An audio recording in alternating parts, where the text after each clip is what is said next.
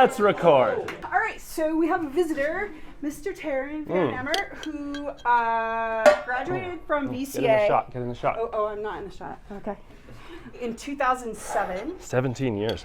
17 years ago. Holy cow. Are you guys going to come back and talk to VCA in 17 years? I hope so. Taryn lives in BC, Canada, and is on a road trip and asked me a while ago if he could come by and connect with VCA. So here he is. So everybody welcome Taryn. All right.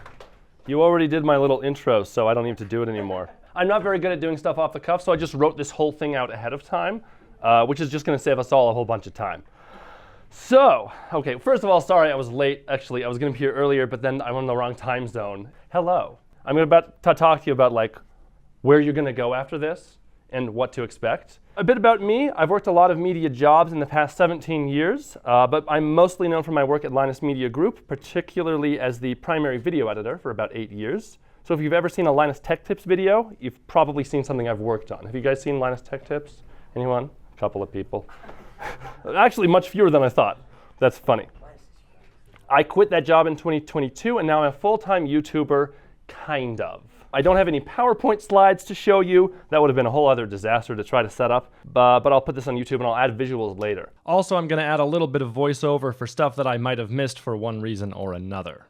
Hello. This talk is longer than I would have liked, not as polished as I would like. I've been trying to write this stuff down for years because I do get people just like you emailing me all the time asking for advice on what to do in their careers. And I do a fun thing where I'll email them back 5 years later and I'll say, so how did it go? And those have been really interesting. Never trust anything you hear from a single source. I am a single source, so verify what I'm saying with your own life and your own experiences. Okay, with all of that out of the way, my talk can properly begin. How many of you, raise your hand, want to become YouTubers? Or otherwise, use YouTube? 1, 2-ish. Wow, way fewer than I would have expected. I actually like that. I'm kind of surprised. I'm good. You know what? I will skip over the YouTube section of this speech unless you guys are interested in hearing it. Can I get a vote of hands? Who wants to hear the YouTube section of this speech, how to be a YouTuber? I got 3 hands out of like, okay. You don't think I should skip it? All right. Okay, we got maybe 30% of the room cares. You say I should go for it? Okay, it'll make the speech longer and I'm going to need this water. All right. How many of you have taken a business class? We got 1. Just 1? Where did you take that? Where did you take that class? At a business class. Mrs. McGrath, do they teach business at this school? They do not teach business at this school. They do not. Nope. This is the #1 problem that I see with art schools today. Yes. DSA included. You agree? I totally agree. That's good. As far as I'm concerned, all art schools, DSA included, should teach art and business. It should be mandatory. They usually don't, and I see this as a major problem. I'm telling you this after 17 years of not having business skills. You are not being given the skills you need to succeed, and you don't even know it. You need at least some foundational, fundamental business skills if you want to succeed as an artist. This applies whether you want to be a YouTuber, filmmaker, director, DOP, video editor, animator, VFX artist, or whatever. Art students, and indeed most art schools, seem to work from the unstated assumption that if you make good art, you'll get a good job. I'm here to tell you that you should not count on that. Art skills are important, but they will only get you so far. Business skills will multiply the amount of money you can make from your art. If you're not learning these skills at Denver School of the Arts, you need to find them somewhere else. Now, I don't know where you can learn these skills. I'll teach you what I can right now. I went to this school. I'm in the same boat that you are.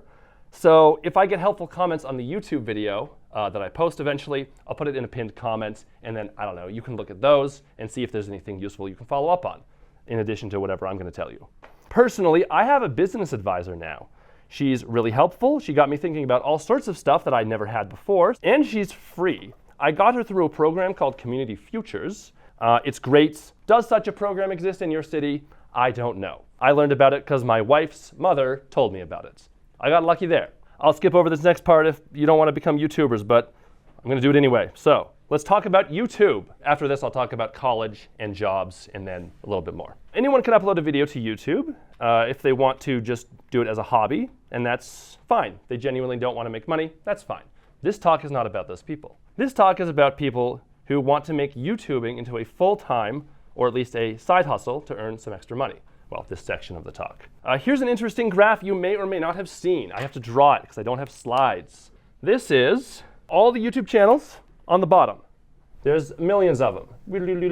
This applies not just to YouTube. This applies to Instagram, TikTok, whatever. There's just a million channels. And they're organized from lowest earners to highest earners. What do you think the graph looks like? Probably with Mr. Beast at the top. Yes, I was actually going to say that. Mr. Beast is at the top. Well, I don't know, he's somewhere around there. The graph is really depressing. The graph is like that. Right? Most YouTube creators, and TikTok, Instagram, whatever, they're making basically nothing. And in fact, you have a yardstick? Oh, I was imagining myself pointing at stuff dramatically with a yardstick. Okay, well, I'll have to do this freehand. Minimum wage is going to be like somewhere maybe about here, which means most YouTubers make less than minimum wage. So you want to get up here, right? You don't want to be down here? Well, that's hard.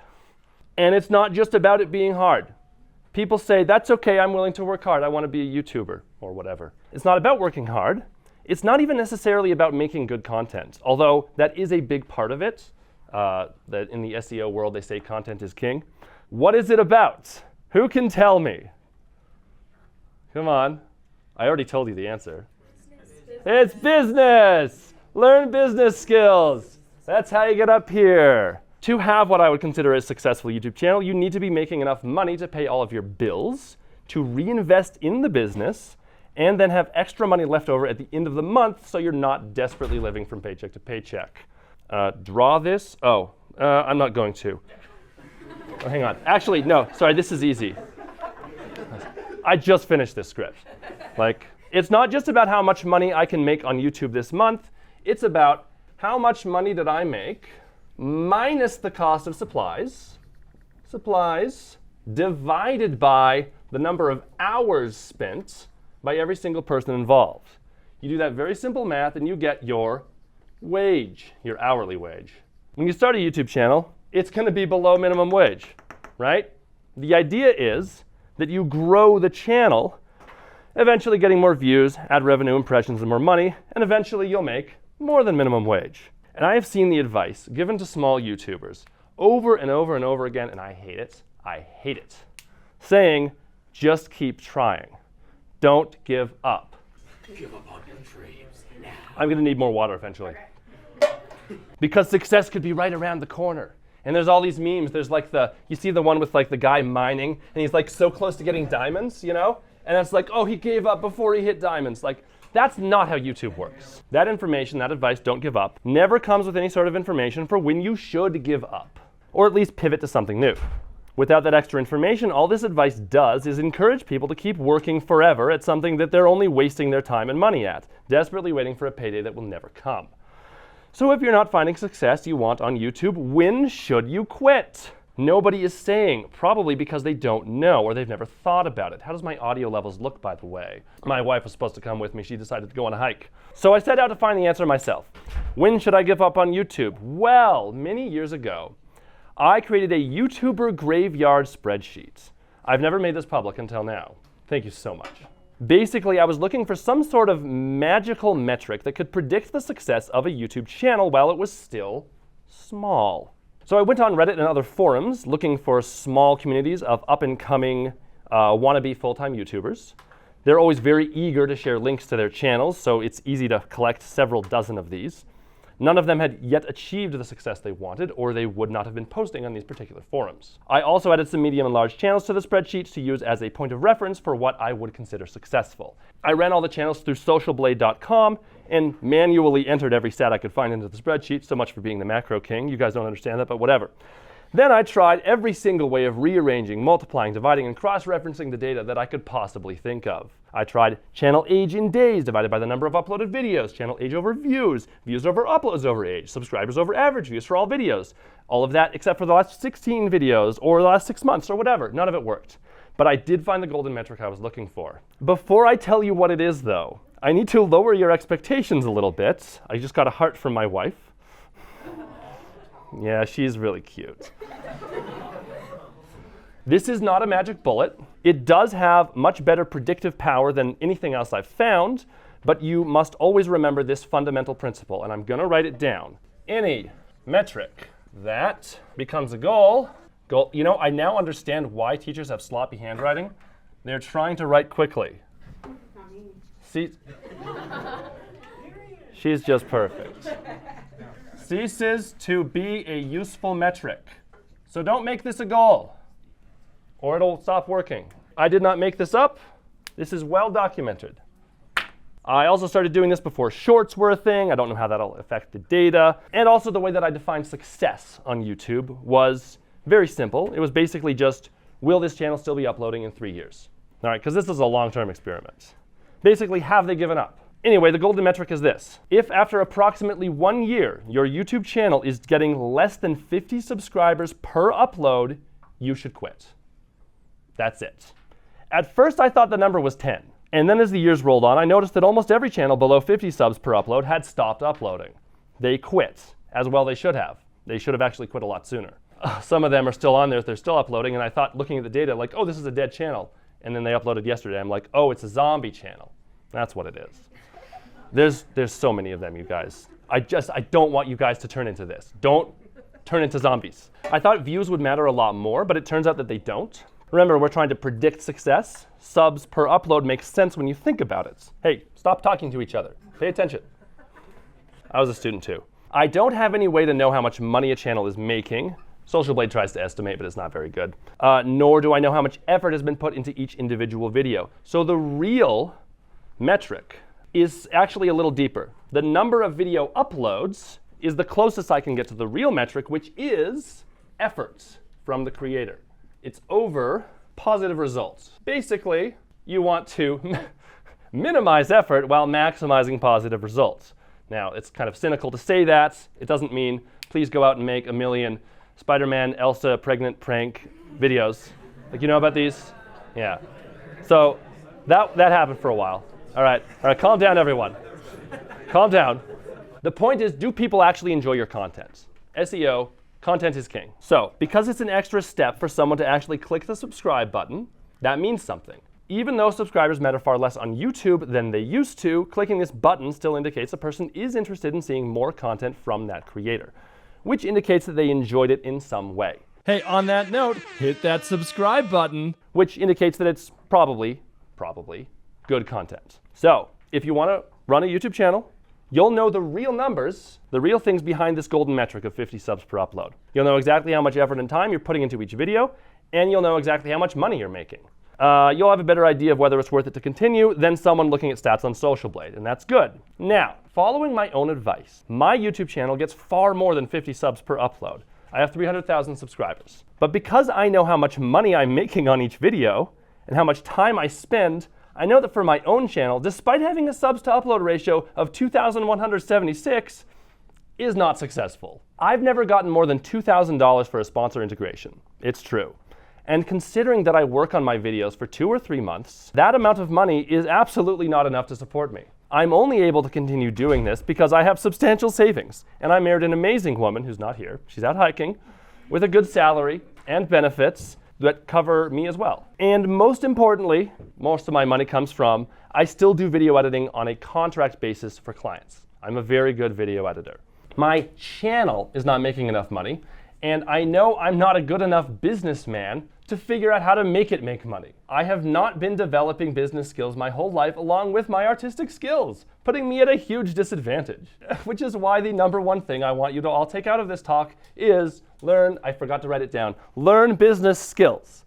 Learn business skills. And now that I think about it, as I write these very words, I realize you should never stop learning business skills. You should continue to learn them in the same way that you continue to grow your artistic skills. So anyway, because my channel is not what I consider successful, I'm taking my own advice and I'm pivoting. Right now, I'm doing 1-hour consultations at 150 Canadian dollars each, which includes the research and testing I do beforehand, and some follow-up afterwards. It sounds like a lot of money, and I was initially embarrassed to charge so much, but my clients are very happy to pay it. On that note, if any of you watching on YouTube at home wants to consult with me, send an email to taranvhbusiness@gmail.com and start the subject line with CS. to prove you're not a bot.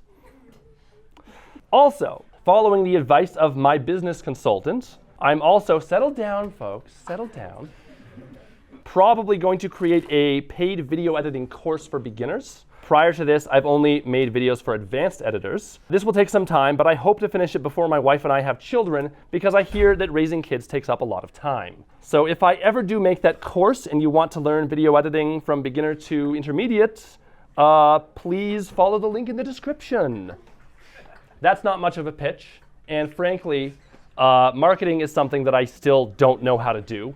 So that's another skill that I need to learn. By the way, a little message for my own subscribers. No, I'm not abandoning the channel. There are still some great videos I have in the works, but I now know that they are just passion projects. Because they're not going to make me enough money, I have to put them on the back burner while I focus first on the things that can actually make me money. That's a business decision that I have to make. I'm telling you all this because it's quite rare to hear such candid information. And it's a useful point of comparison to your own YouTube journey if you choose to make one. And frankly, I don't think you should. I think it's better to work for someone, at least to start. That's what I did. However, I am absolutely not saying that any of you should necessarily follow in my footsteps. It is very common to hear advice from successful people, YouTubers in this case, which basically just boils down to, just do what I did. This advice is not too helpful because everyone's situation is unique. You want to start a gaming channel now where you do everything that, say, PewDiePie did to grow his channel, you will not succeed. Because, one, you'd be faking your personality, which will destroy your soul if you're good at it, and will make you look like a phony with no credibility if you're bad at it. And two, you'd be joining millions of other gaming channels doing the exact same thing. Yours will not be unique or interesting, so it will gather little to no attention. This is not theoretical. I have several such channels in my spreadsheet. And now part of the class is leaving. All right, you can go. You can get out of here. I didn't want you in here anyway. You can watch the rest of it on YouTube. They're not going to. All right, that guy said he was going to do it. All right, settle down, kids. So how do you do this? How do I? She's the coolest teacher, by the way. So the advice, just do what I did, can be useful, but only when taken within the context of lots of other advice from lots of other people. Remember, never trust a single source of information. Only then will you start to see patterns and commonalities and start to understand the fundamental building blocks underneath that advice. Those are what you want, and those are what I'm trying to teach you in this lecture. I called it a lecture. That all being said, just because you have business skills does not necessarily mean that you need to use them. I technically own a business. It is a sole proprietorship. I am the sole owner and employee. It's just me. It's just me making videos. I absolutely could be making decisions that would make my business more money, but I have chosen not to because I am not beholden to shareholders or a board of executives. For example, my most popular video is a 4-hour-long advanced video editing tutorial. It has over 4 million views, and it only has pre-roll ads on it, which means that the viewer only needs to watch one or a couple of ads, and then the entire tutorial is available. There are no mid-roll ads. I could put mid-roll ads on it that would interrupt the video constantly and make me a lot more money. I think it's up to every 8 minutes. How annoying would that be? But I chose not to because it's a much worse learning experience. And I made that video to teach people stuff, not to make money, right? If this ever changes, by the way, it's because YouTube took control of those ads away from me. I won't be happy about that. And I will talk to you a little later in the talk about how companies try to squeeze you for everything they can. Next subject, college. That was the YouTube one. I don't have a nice conclusion or transition into the next part. We're just going to jump straight into it. College. Assuming you want to go to college or university or whatever you call it here in America, here's my advice. Look up their graduation statistics before you even try to enroll. Graduation statistics are based on polls of recently graduated students. And they will tell you, among other things, if those students got jobs in the fields they studied and how much money they're making. When I had nearly graduated from Denver School of the Arts, the Art Institute of Colorado offered me a $25,000 scholarship to take their 4-year program. this would have cost $100,000 in tuition. That's not including room and board. So I would have lived at home. And I thought, okay, cool. I'll just go for 1 year. It'll be free. That's $25,000. And I'll see if I like it. I'll live at home. Nope. That $25,000 would only be distributed amongst those 4 years. It was basically just a 25% off coupon. So I went and I looked up their graduation statistics. And I found something very interesting. A page that said, we are not required to provide graduation statistics. Well, this is a major red flag. If those statistics were any good, they would be proudly on display, right? Yeah, the fact that they're not means that they're probably pretty bad. I like how Mrs. McGrath is always nodding. I wrote this and I'm like, what is she gonna think? Is she gonna kick me out eventually for like saying weird stuff? So I appreciate that, thank you. And indeed, the Art Institute of Colorado no longer exists. It went basically bankrupt. They lost their accreditation and shut down in 2018. I'm surprised they even had accreditation in the first place, because that school sucked. Generally, you should try to stay away from the for-profit universities. I'll talk more about companies and the economy in a little bit. Anyway, years later, after getting sick of working at Subway, I decided to go to BCIT, specifically for the television broadcast diploma. This is a choice I made after getting drunk with my brother one night. That's not part of the script, but it is true. It is true. And again, don't make decisions based on getting drunk with your brother one night. Although it did work for me. Like I said, just because it worked for me doesn't mean it'll work for you. And again, I decided to look up the graduation statistics. For BCIT, they are fairly easy to find. And here, I'll show you on the screen. Oh, it's not here. It'll be in the edit. Basically, these statistics look pretty good. Most people found jobs relatively quickly, and they did so in the actual field that they studied. The average hourly wage is $22 as of the year 2022. And the very important trick that I recommend while looking at graduation statistics is to think of yourself as being completely average, okay? Do not make the mistake of thinking you're better than average. Because here's the funny thing about averages. Everyone thinks they're better than average. Like, it can't possibly be true, but if you ask someone what their IQ is, they'll give you a number that's above 100. This is statistically impossible, right? 100 is the average. Now, IQ is not a very good metric anyway, but this goes for almost anything. You ask people how good of a driver they are, and almost everyone will tell you they're better than average, okay? Everyone believes this, everyone wants it to be true, but it's not, because that's what an average is. And the distribution is usually a bell curve. Anytime you see an average, and they don't tell you the distribution, just assume a bell curve. Do you guys know what this is? Yeah. Great, the Gaussian curve. Ew, $22 an hour. Most people won't make a lot more than that, and most people won't make a lot less than that. Bell curve. So, when looking at graduation statistics, just ask yourself, could I live on the average amount of money? In this case, could I live on $22 an hour? If the answer is no, or if the college doesn't have graduation statistics, don't go to that college. I think it really is that simple, but I could be wrong. Now, it depends where you live. Vancouver is really expensive these days. That's about where I was. But Burnaby, which is right next to it, is not so bad. And there's a SkyTrain. You guys call it light rail. As for me, at that time, with whatever the average was, my answer was yes. I could live on that money. So I applied to the television broadcast program at BCIT. And I got in. Actually, I barely got in. I was on the waiting list and only got in because someone else chose not to enroll. That's funny that I included that. That's kind of how I got into the school. Hey, good for you. I'm just being honest up here, right? Like, I want you guys to have realistic expectations. After completing the 2-year program, it turns out that I did worse than average in the time it took me to find a good job, but I did better than average in terms of how much money I was ultimately able to make at that job.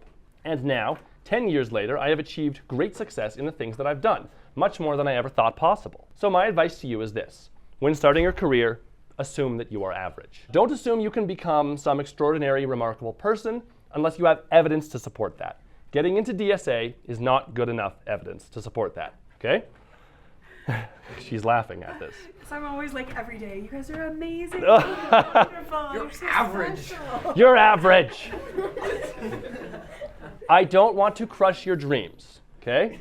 But I do want to crush your unreasonable dreams. And then, with time and experience, you will learn whether you are above or below average in whatever field you're pursuing. If you're above average, then great. Keep going. Pursue the things you're good at. If you're below average, that's okay. Now you know. And you can stop wasting your time. and you can pivot to something else. You don't have to keep trying and failing over and over again. There's no virtue in that. Don't submit to the sunk cost fallacy. Instead, try something else. Assume you'll be average there too, and then see if you're above or below average. And if you're above average, then keep going. If not, maybe try something else. Or maybe the average is fine. For me, it already was. I ended up getting much better than average, but it was okay. That's why I started off that way. Now, I'm not sure how many times you can repeat this cycle of trial and error. But hey, I'll tell you this much. I flunked out of 2 colleges and boomeranged back home twice to live with my parents. Each time I went back to working at Subway because that was the only job that would hire me. And then I moved to Canada. I went to BCIT and I finally found what I was good at. I'm really good at video editing and teaching, it turns out. But I didn't know that at the time until I tried some other stuff. I failed and I pivoted. Originally, I wanted to be an animator, but that would have been a terrible idea. Animators are treated very badly and make very little money. And this is not a unique problem. So why is that? Well, it's because it's a passion-based career, but I'll talk more about that a little later. Okay, so it's time for the next part of my talk. Getting a job. First of all, let's say that you've gone to college, you've graduated, and you can't find a job. That was me. By the way, one of my biggest pieces of advice is start your job search well before you graduate from college. I did not do that, and it took me a year of great difficulty before I found a good job. Anyway, let's say you can't find a job in the industry you went to college for. Am I still in the frame, by the way? Like, where's the edge of the, like I can go here and I'm fine? All right, great, thanks guys. Who can tell me, how do you break the cycle of can't get a job because I don't have experience, can't get experience because I don't have a job? How do you break this? You don't know? Work for free. The answer is work for free. Now, I hate giving this advice. I'm like, is Mrs. McGrath going to kick me out for saying this? Is it Mrs.? Is it Ms.? I use Miss. Miss. I'll try. I think I always called you Mrs. Miss McGrath. But I am married. That's great. So I just got married, just like a couple years ago, just like 2 years ago. Yeah. There's a video about it. Oh, thank you. She's great. She's great. I don't like giving this advice. And I tell everyone that as I give them the advice, okay? Because it works so well. It's easy to find a job when they don't have to pay you. But now you're getting real experience. You're learning a lot of things you never learned in school, even college, even BCIT really didn't. Like, they gave me a good foundation, but as soon as I got a job, it's like, oh, here's a bunch of new stuff. And you're meeting people who could become valuable industry contacts for you. It works so well that I still do this when I want to break into a new industry. I started doing consulting for free. I did a lot of it. I got good at it, and now I charge $150 per hour for it. So you can't work for free forever. You have bills to pay once you get out of college. You have to start earning money at some point, preferably as soon as possible. So when should you stop working for free? Well, I struggled to come up with a good rule of thumb for this, so maybe there's a better one, but here it is. I'm not going to write that down. That's a lot to write down. Stop working for free when you're doing more working than learning. Remember, you started working for free to get experience. Once you have enough experience, you need to stop working for free. Now, I don't think it's very likely that the first employer is going to want to suddenly start paying you because they're used to getting your labor for free. So you're going to have to find another employer, and then you've got another item on your resume, baby. So it'll be easier. The first movie I worked on was right after graduating college. I did not get paid anything, but I learned a lot, and I think it was worth it. How about the second movie I worked on? Can anyone guess, did I get paid? No. I got 1 yes and like 10 no's. You guys. Yes, I got paid. Yes. Thank you. Good heavens. No faith in me. That movie was a rendition of Hamlet. They needed a script. Settle down, everyone. They needed a script assistant, which is the job I took. Later, I heard that the executive producer had said he better be free when they were looking for someone to fill the role.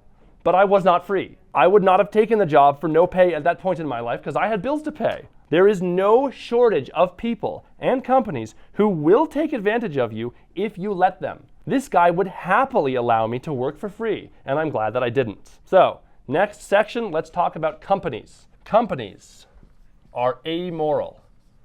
amoral. I really need you to understand this. I did not say immoral. Immoral means always bad, with an I-M, immoral, always bad.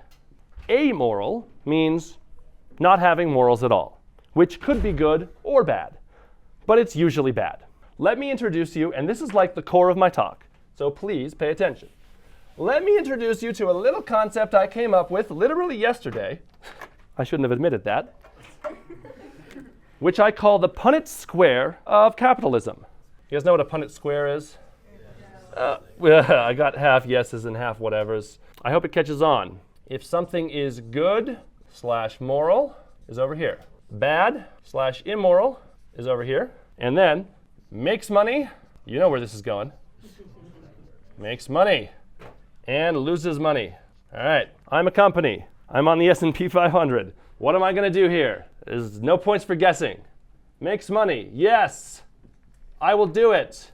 Makes money, yes. I don't care that it's bad. I don't care that it's good. I just want money. Loses money, no, I'm not going to do it. Loses money, no. The Punnett square of capitalism, everyone.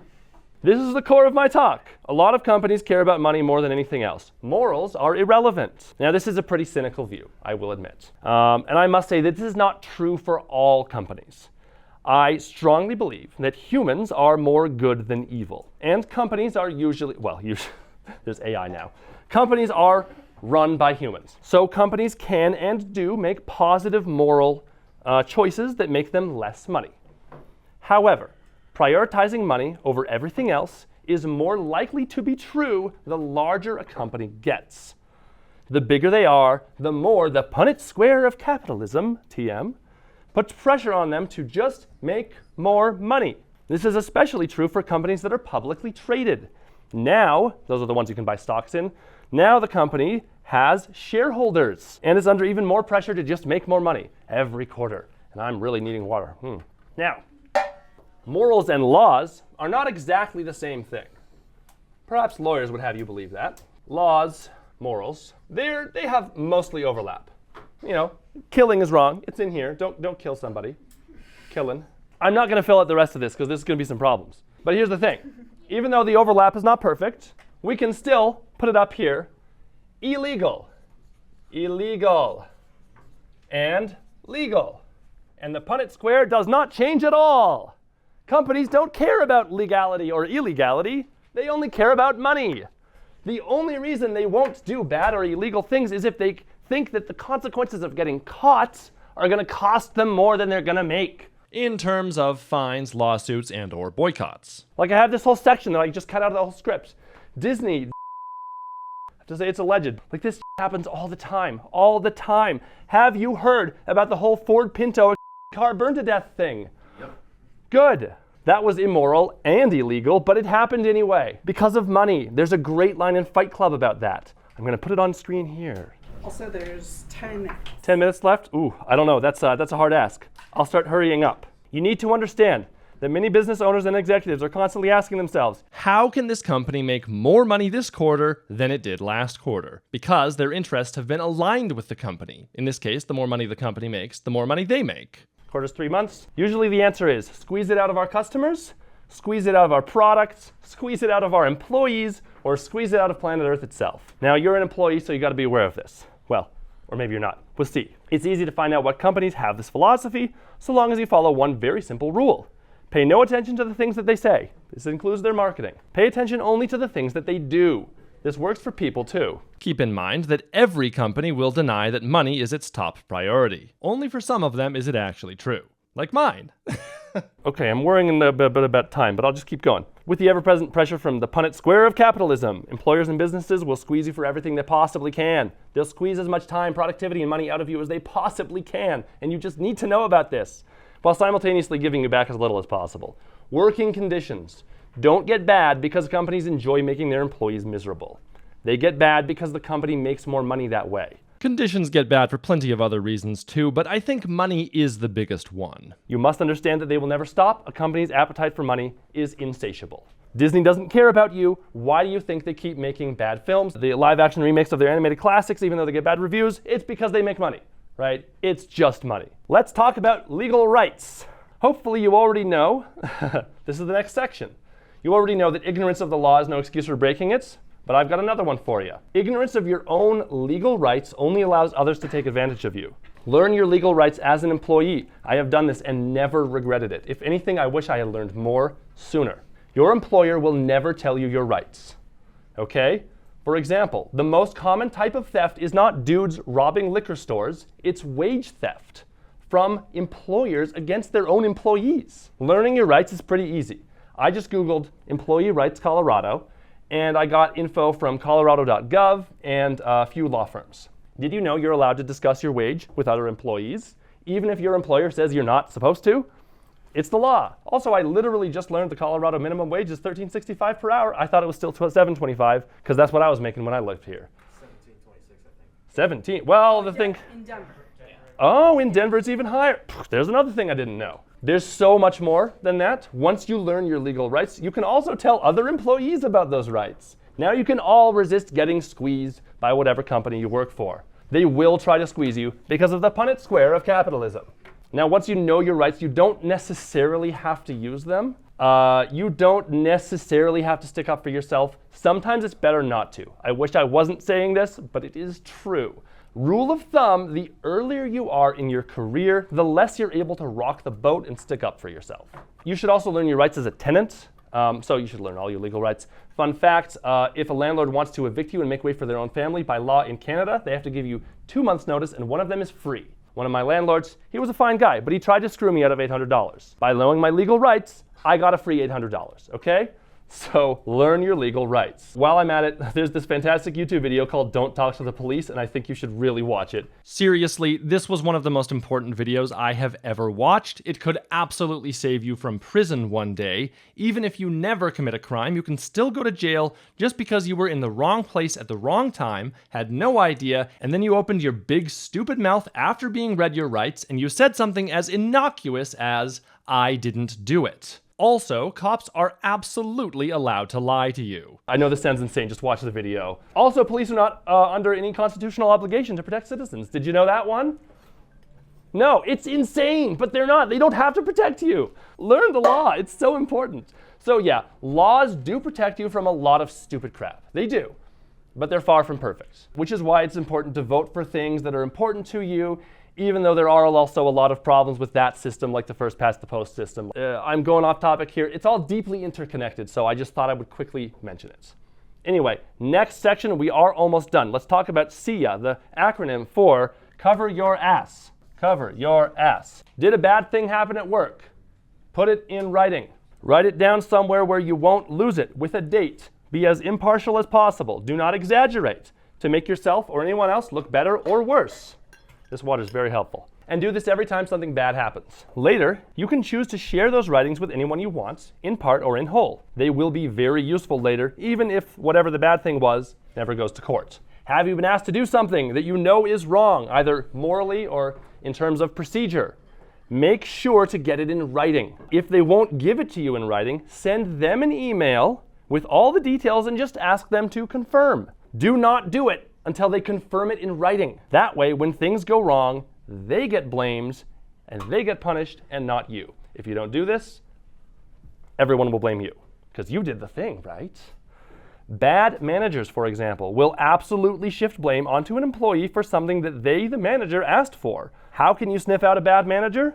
They refuse to put stuff in writing. Good managers will absolutely put stuff in writing because a paper trail is incredibly helpful to a good manager because it'll help them to figure out what needs fixing so that things don't go wrong next time. Paper trails are harmful to bad managers because it reveals that the bad manager was the source of the problem. Let me repeat it. If your employer asks you to do a bad thing, get it in writing first. And make sure you can keep it in writing, by the way. I'm not a lawyer and this is not legal advice, but maybe once you get a bad request in writing, you should print off that email and or screenshot it and or send it to your personal email. And then a bad employer can't just delete the incriminating email and blame you for whatever happened. Okay? Also, never do anything illegal, even if you do get it in writing, which you probably won't because it's something illegal and bad people don't like paper trails. Okay, next section. We are almost done.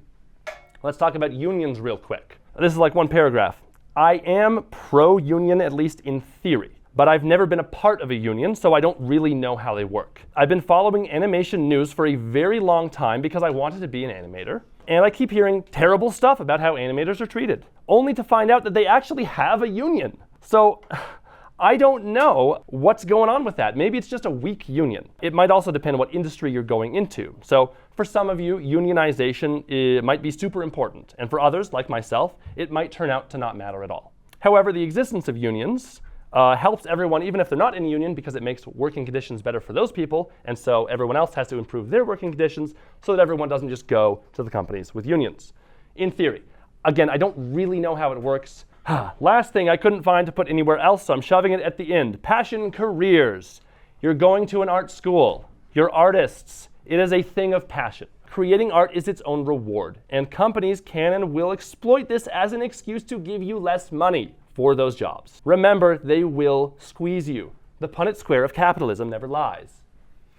Because there is always someone willing to do the same job for less money if they love the work itself.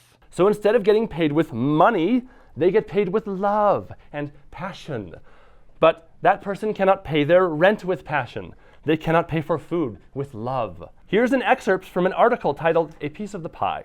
And literally a week after I read that article, it got deleted from the internet. And that was just one that I actually managed to find, because this stuff goes missing all the time. Even the tweets I showed you earlier are from an account that basically no longer exists. Anyway, thank you, archive.org. Most VFX animation studios today are nothing more than sweatshops with hundreds of artists working an average of 12 to 16-hour days. To make this crystal clear, the toughest run I worked in my career was 21 days, 16-hour days in a row. I seriously thought I was going nuts towards the end of that run. I have friends who worked 9 months without a day off. Ouch. So how can you avoid getting squeezed in a passion-based career?